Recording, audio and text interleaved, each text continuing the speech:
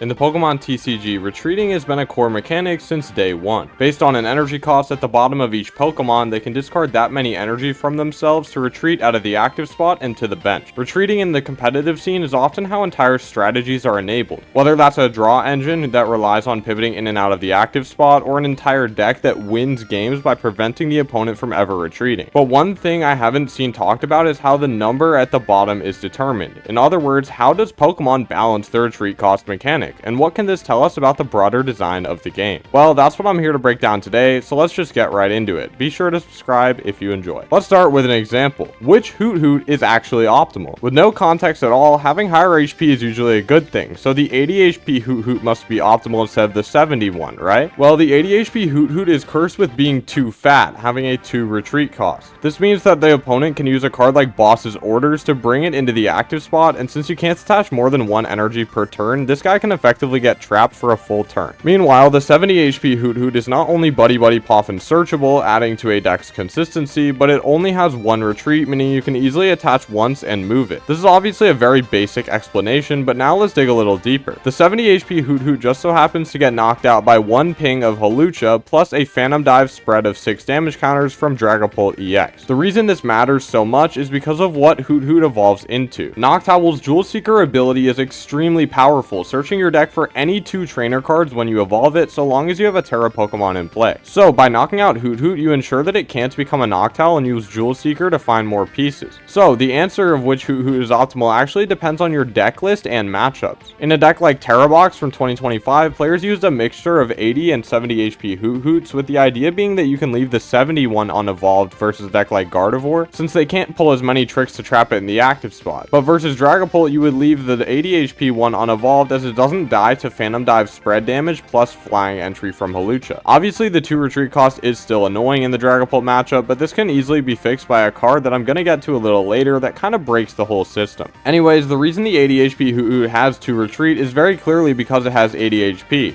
Right? This makes sense because if it had 1 retreat and 80 HP, it would be almost objectively better than the 70 HP one for decks like Terra Box that don't play Puff in any way, giving the deck a massive buff. So now we know that HP is one of the determining factors for how retreat cost is given out. But another one actually comes from this very Hoot as well. Like I said earlier, this Hoot is fat, and the way to measure being fat or not is obviously your weight. Hoot is actually pretty heavy for an unevolved Pokemon, clocking in at around 40 pounds. And as this artwork is depicting a chunkier Hoot than the 70 HP one, our 2 retreat cost makes more sense. Another perfect example of how weight affects retreat cost is with Regieleki. Regieleki might seem like a free retreater on paper due to its speed stat in the games. Regieleki having a base 200 speed stat makes it by far the highest speed Pokemon in history. But Regieleki is actually really heavy, largely due to being a legendary Pokemon, and as such it has had 2 and even 3 retreat cost cards before. Now, to be fair, Regieleki VMAX did have free retreat, and Regieleki V had just 1 retreat,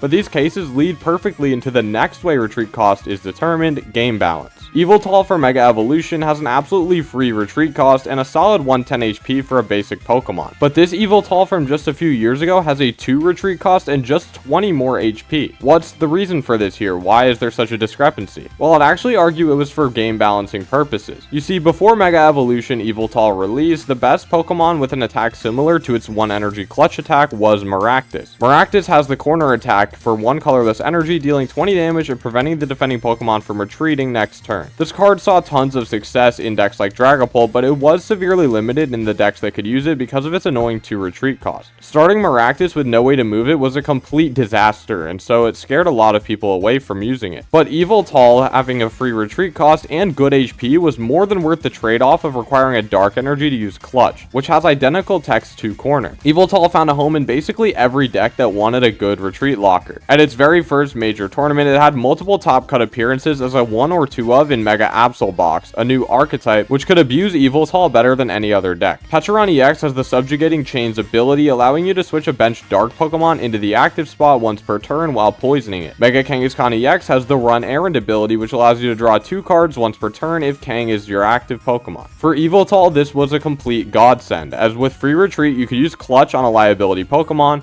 then next turn retreat for free into Kangaskhan, use Run Aaron to draw some cards, and finally use Pecharunt to switch it right back into the active to keep clutching. And the self-poison damage from subjugating chains was actually a massive benefit, as it built up damage on your side of the field that could be moved to the opponent's side with Monkey Dory's broken Adrenabrain ability. This Yveltal Pech Monkey Kang combo was a core mode of the deck, and when Absol won EUIC in 2026, Game 3 was ultimately decided by this very combo. None of this would have been so simple though if Yveltal wasn't blessed with free retreat. Despite other Yveltal cards consistently having a 1 or even 2 retreat cost, this one just didn't, and still abuses it to this day. Yveltal for Mega Evolution isn't a broken card or anything, and I'd actually go so far as to say it's one of the healthiest additions to the game in recent years. It made so many decks function at a higher level, punished weak opponents for overbenching, and only benefited the highest agency decks while targeting the lower agency ones. It's a clear example of perfect game design, and if you disagree, I'm sure you've been clutched one too many times. So to sum up that section of the video, retreat cost is assessed and assigned to a card through a combination of its weight, hit points, and game balancing purposes. But what happens when Pokemon breaks their own rules and gives Pokemon retreat costs far lower than they should be? Enter Latias EX, the card that truly breaks the retreat cost mechanic. For the cost of just benching Latias EX, all of your basic Pokemon have free retreat until Latias is removed from play or its ability is negated. This card is able to completely bypass any factors determining a basic Pokemon's retreat cost. No matter how fat your Hoot is, he can pivot out with ease. Mega Kangaskhan has a massive 3 retreat cost, normally making using its Run Errand ability as an entire draw engine pretty difficult. But with Latias, Kang might as well have a Float Stone on at all times.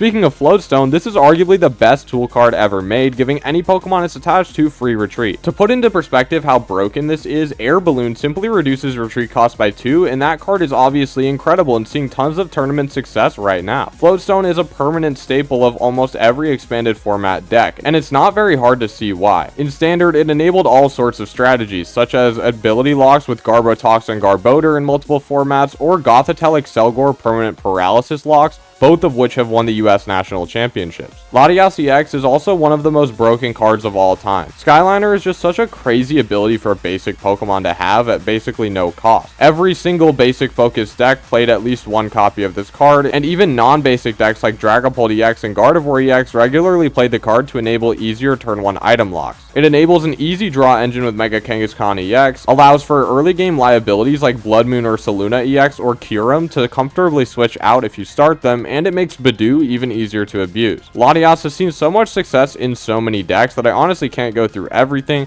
but in a game full of exceptions, Latias EX is the ultimate exception to the rules of the retreat cost mechanic. Thanks for watching. I hope you enjoyed this logical exploration into the design of the Pokemon trading card game. Let me know what you think about everything in the comments down below, and until next time, take care, have a good one, bye.